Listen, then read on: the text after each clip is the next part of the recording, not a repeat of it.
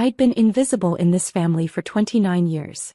The youngest of three, the one who never quite measured up, the daughter who chose art school over business school, the disappointment who worked as a freelance graphic designer instead of joining Williams and Associates, our family's mid-sized manufacturing firm. My sister Jennifer was the golden child. MBA from Wharton, VP of Operations at 26, Dad's right hand, Mom's pride and joy. My brother Marcus ran the sales division, drove a Tesla, lived in a penthouse downtown. They wore designer suits to family dinners. I wore thrift store cardigans and had paint under my fingernails. Sarah's doing her little art projects again, Jennifer would say at Thanksgiving, her voice dripping with condescension. How charming. Mom would smile tightly. Well, not everyone is cut out for real business. Dad barely looked at me anymore. I'd stopped being relevant to him the day I turned down his offer to work in the mailroom. Start at the bottom, work your way up, he'd said. I'd chosen a scholarship to an art institute instead. He'd called it throwing away your future. What they didn't know, what none of them knew, was that I'd been working 3 jobs through art school. Freelance design by day, coding websites at night, learning investment strategies in every spare moment. While they were building their careers inside Dad's company, I was building something else entirely. By 23, I'd saved $50,000. I started investing. Small positions at first, learning the markets, making mistakes, recovering. I discovered I had a talent for reading financial statements, for seeing value where others saw risk. My portfolio grew. By 25, I had $200,000. By 27, $1.2 million. And then I'd done something they never suspected. I'd started buying shares of Williams and Associates. The company had gone partially public 5 years ago when Dad needed capital for expansion. He'd retained 40% ownership, Jennifer had 12%, Marcus had 8%. The remaining 40% was split among various investors and employees. Dad thought he maintained control. He was wrong. I'd spent 2 years quietly acquiring shares through shell corporations and investment vehicles. Different names, different entities, all leading back to me. I'd bought out retiring employees, purchased from frustrated investors, accumulated position after position. I'd spent nearly $80 million total leveraging my returns, taking calculated risks. Now I own 78% of Williams and Associates. My father owned 40%. I own nearly double his stake. I controlled the company completely. And they had absolutely no idea. The Christmas board meeting was Jennifer's idea. A family business update, she'd called it, scheduling it for December 23rd, right before the holiday break. Just the core family, she'd specified. Decision makers only. I'd arrived in my usual jeans and sweater, carrying my laptop bag. Jennifer had looked me up and down. Sarah, what are you doing here? You said family meeting, I'd replied calmly. Family business meeting, Marcus corrected, adjusting his Rolex. You're not part of the business. I'm part of the family. Dad had sighed from the head of the conference table. Let her stay. She can take notes or something. So I'd sat in the corner, opened my laptop, and started typing while they discussed Q4 projections, expansion plans, and a major acquisition they were considering. A $50 million purchase of a competing manufacturer that would position Williams and Associates as the regional market leader. This is the big one, Jennifer had said, her eyes bright with ambition. This puts us on the map. National recognition. Maybe even international opportunities. The financing is tricky, Dad admitted. We'll need to leverage our credit lines, bring in additional investors. Marcus, you'll need to court the venture capital firms. Already on it, Marcus said confidently. I've got meetings scheduled with 3 firms next week. Jennifer had pulled up a presentation on the main screen. Growth projections. Market share estimates. Revenue forecasts. It was impressive work. She was good at her job, I'd never denied that. But she was also cruel in ways that Dad never noticed. Of course, this is confidential, Jennifer had said, glancing at me. Family only. She'd emphasized the word family, in a way that clearly excluded me. I'd continued typing. Actually, Jennifer had said, her voice taking on that particular edge I knew so well. Sarah, maybe you should step out for this part. This is sensitive business information. I'd looked up. I'm family. You're not part of the business, she'd repeated. You've made that very clear over the years. You chose your little creative career over this company. You can't have it both ways. Marcus had nodded. She's right. This is for stakeholders only. Stakeholders, I'd repeated quietly. People with actual investment in the company's success, Jennifer had explained slowly as if I were a child. People who've dedicated their careers to building this business. Not people who paint. I do graphic design. Whatever. She'd waved her hand dismissively. The point is, you'll never be part of this company. You made your choice. This is for successful people. Dad had nodded his agreement. Jennifer's right, Sarah. This isn't personal. It's just business protocol. You understand. That's when my phone had buzzed. A message from Catherine Chin, my investment advisor at Hartwell Capital Management. The firm that managed my portfolio. The firm that held my controlling interest in Williams & Associates under various legal entities. The preview on my screen read, Ms. Williams, your $94 million controlling shares are ready for liquidation if you choose to proceed. Board documentation prepared. Awaiting your instruction. I'd stared at the message for a long moment.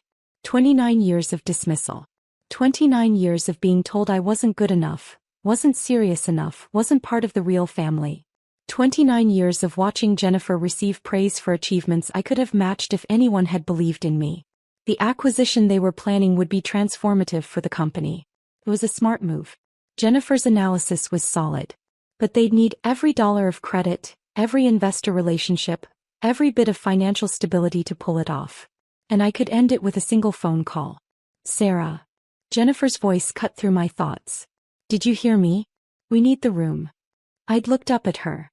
Then at Marcus, smirking beside her. Then at Dad, who couldn't even meet my eyes. Actually, I'd said calmly, I think I'll stay. Jennifer's expression had hardened. This isn't optional. Get out. I'm a stakeholder, I'd said quietly. Marcus had laughed. What, you bought one share so you could attend meetings? That's pathetic even for you. Not one share, I'd replied. 78% of them. The room had gone silent. What? Jennifer's voice was sharp. I turned my laptop around, showing the screen. Catherine's message. Below it, the portfolio summary. Williams & Associates Holdings. 78.3% ownership across multiple acquisition vehicles. Total investment, $79.4 million. Current value, $94.2 million. Dad had stood up, grabbing the laptop, his face going pale as he scrolled through the documents. This can't be real. It's real, I'd said. I've been acquiring shares for 2 years. Shell Corporation's investment trusts, strategic purchases. All legal. All documented. I control this company, Dad.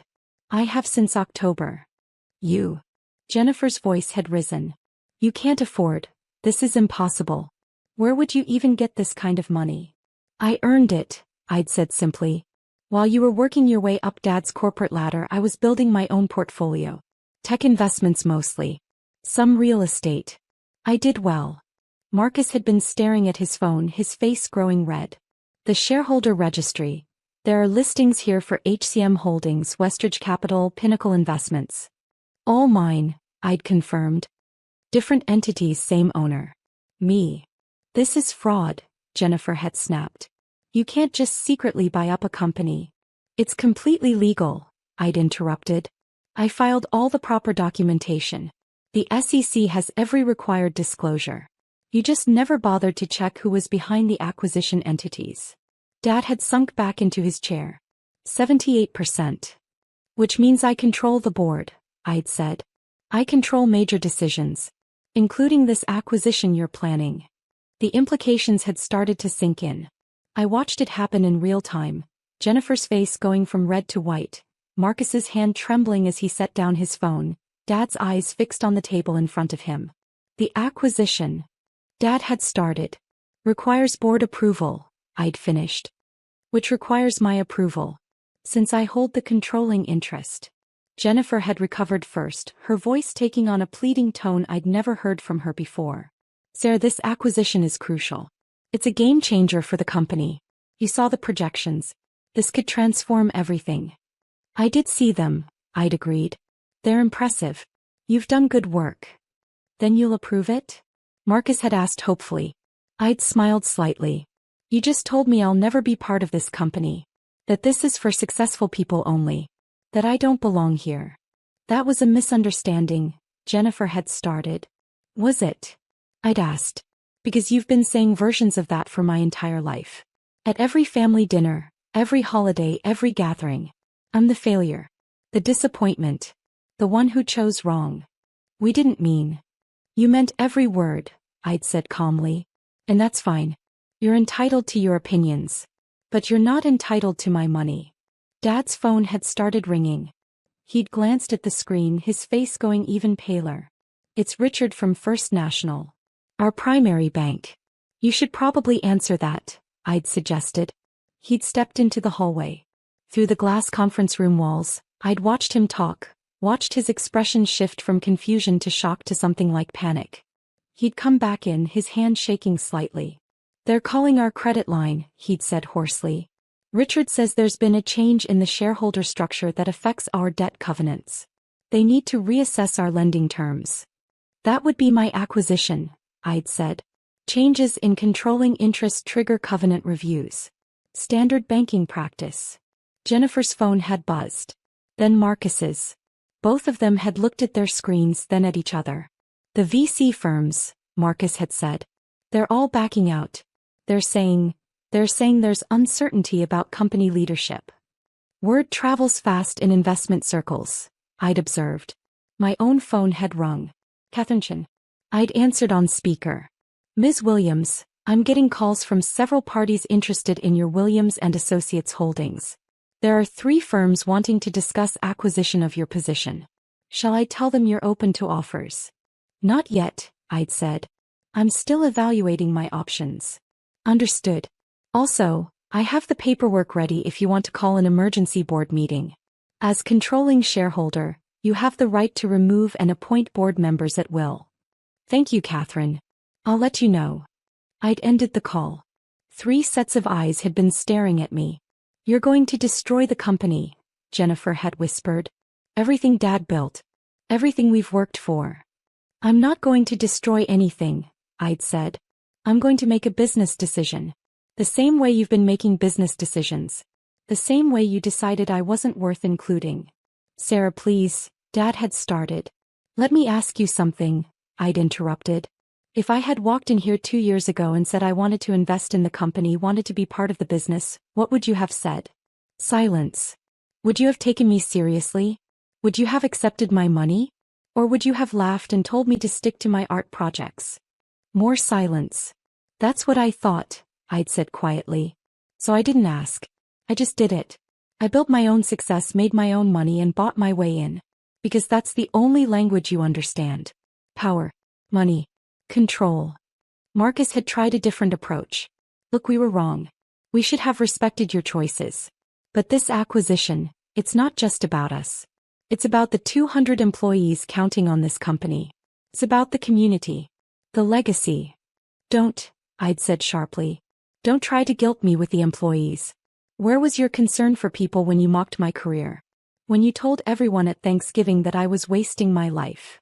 His mouth had closed. My phone had buzzed again. Another message from Catherine. Reuters is reporting unusual trading activity in Williams and Associates shares. Expect media inquiries. Dad had seen it. Media. A $94 million position in a mid-sized manufacturing firm? I'd said. That's newsworthy. Especially when the controlling shareholder is the owner's daughter who was supposedly estranged from the business. Jennifer had stood up abruptly. What do you want? Money. Is this about money? We can arrange a buyout. We can find investors to purchase your position at a premium. With what capital? I'd asked. Your credit lines are being reviewed. Your VC partners are backing out. Your acquisition is stalled. Where exactly are you going to find $100 million to buy me out? We'll find it, she'd insisted desperately. Maybe you will, I'd agreed. But it'll take time. Months probably. Meanwhile, your acquisition target will move on to other buyers. Your market opportunity will close. Your expansion plans will collapse. Dad had finally spoken, his voice rough. What do you want, Sarah? I'd looked at him for a long moment. My father, who'd barely spoken to me in 5 years. Who'd written me off as a failure, a disappointment, a waste of potential. I want respect, I'd said simply. I want to be treated like a member of this family, not an embarrassment you tolerate at holidays. I want acknowledgement that I'm successful too, just in a different way than you planned. Done, Jennifer had said immediately. Absolutely. We respect you. We always have. Don't lie, I'd cut her off. Not now. You didn't respect me. You don't respect me. You respect my money. There's a difference. My phone had rung again. This time it was a number I didn't recognize. I'd answered. Ms. Williams? This is David Stanton from the Wall Street Journal. I'm writing a piece about your acquisition of Williams and Associates. Can you comment on your plans for the company? I'd put the phone on speaker. I'm still evaluating my options, Mr. Stanton. There's speculation you might liquidate your position or force a sale of the company. Can you address those rumors? No comment at this time. What about the relationship with your family? Sources say there's been tension between you and the existing management team. I'd looked directly at Jennifer. I'd say that's an accurate characterization. Are you planning to replace the current leadership? As controlling shareholder, I have many options available. I'll be making decisions that serve the best interests of the company and its shareholders. Including yourself. Including myself, I'd agreed and ended the call. Jennifer had looked like she might be sick. The Wall Street Journal? This is going to be everywhere. Everyone will know. That you treated your sister like garbage and it backfired spectacularly? I'd finished. Yes. They probably will. Dad's phone had rung again. Then Jennifer's. Then Marcus's. All of them had stared at their screens but none had answered. That'll be the board members, I'd said. The ones who aren't family. They're probably wondering what's happening to their investments. You're really going to burn it all down, Marcus had said bitterly. Just to prove a point. I'm not burning anything down, I'd corrected. I'm making you understand something you should have learned years ago. I'm not less than you. I never was. I just chose a different path. And it turns out my path was more successful than yours. Catherine had called again. I'd answered. Ms. Williams, I have the CEO of Hartwell Capital on the other line. He'd like to speak with you about your holdings. Also, I'm receiving inquiries from 3 major investment banks about potential leveraged buyout scenarios. And, this is significant. I just got a call from Malcolm Chin at Sterling Ventures. He represents a consortium interested in acquiring Williams and Associates entirely. They're offering $180 million. The room had gone completely silent. That's above market value, I'd observed. Significantly. They see the acquisition opportunity you were discussing. They want to complete that deal themselves and consolidate the market position. With their capital, they could execute immediately. What would that mean for existing management? Typically, complete restructure. New leadership team. Current executives would likely be offered severance packages. I'd looked at my family. Dad's face was ashen. Jennifer looked like she was going to cry. Marcus was staring at nothing, his jaw clenched. Thank you, Catherine. I'll consider it. They need an answer by end of day tomorrow. This is a time-sensitive opportunity. Understood. I'd ended the call and stood up. I'm going to go now. You all have a lot to think about. So do I. Sarah, wait, Dad had started. I'll let you know my decision, I'd said. About the acquisition. About the company. About everything. But I'm going to think about it on my own terms, not yours. This is our lives, Jennifer had said, her voice breaking. Our careers. Everything we've built. Yes, I'd agreed. It is. Just like my career was my life and you spent years telling me it didn't matter. That I didn't matter. That I'd never be successful, never be part of this family's real legacy. We were wrong, Dad had said quietly. Sarah, we were wrong. I'd paused at the door. Yes, you were.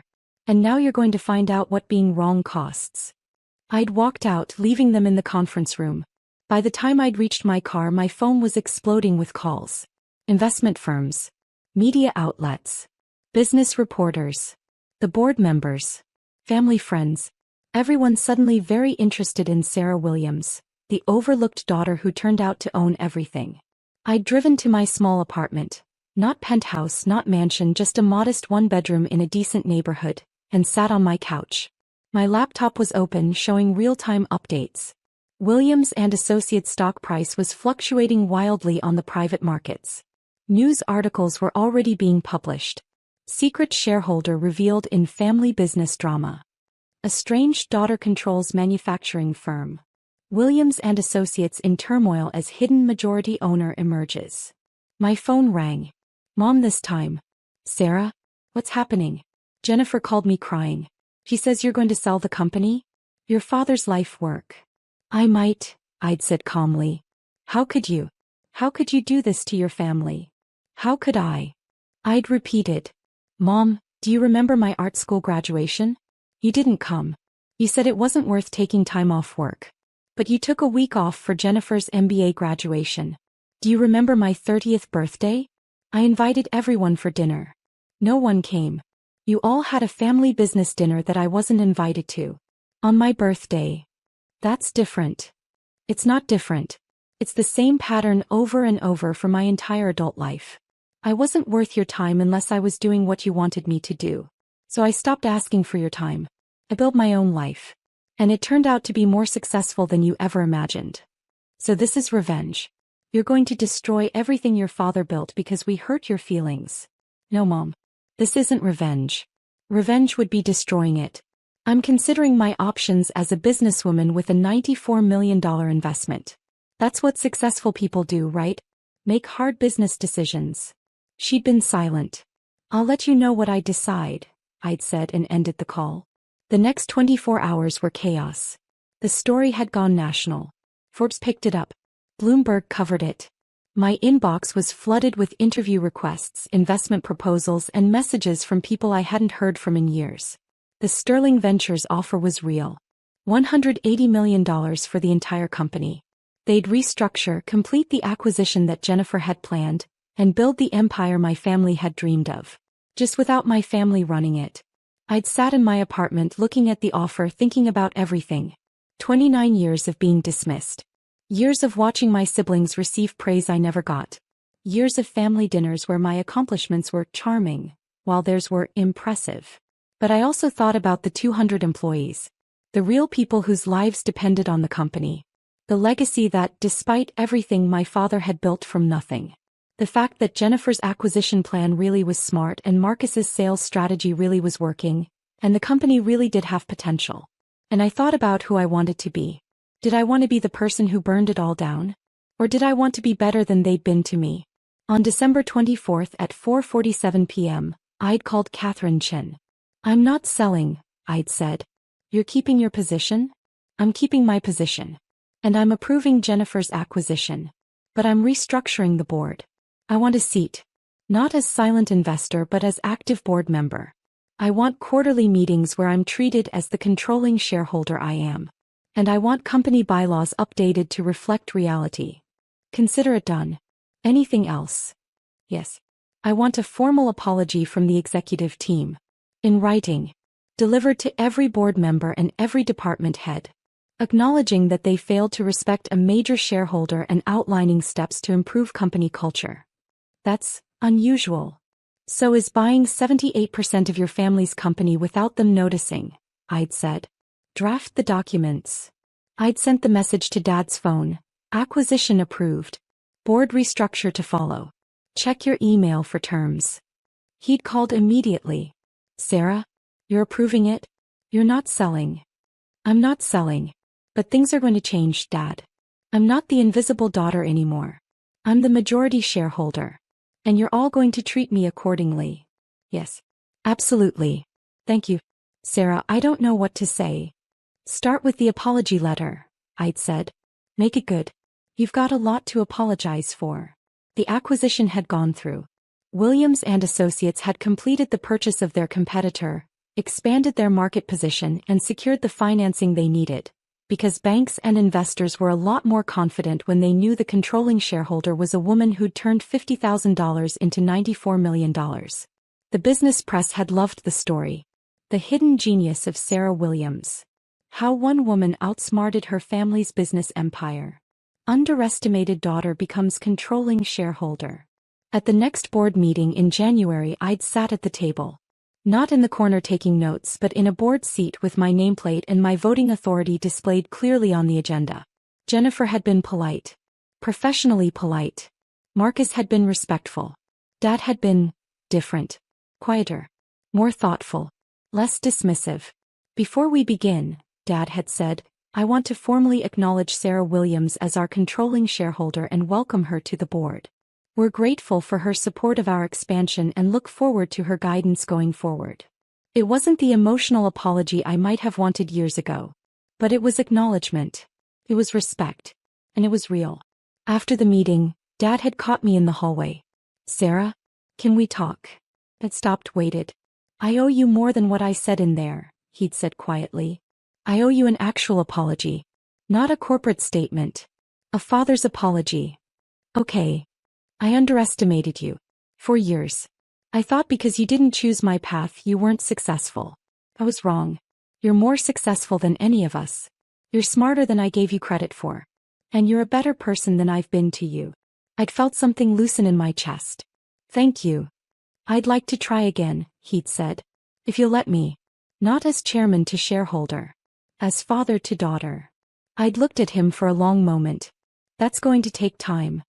I understand. But I'm willing to try. He'd nodded, his eyes bright. That's more than I deserve.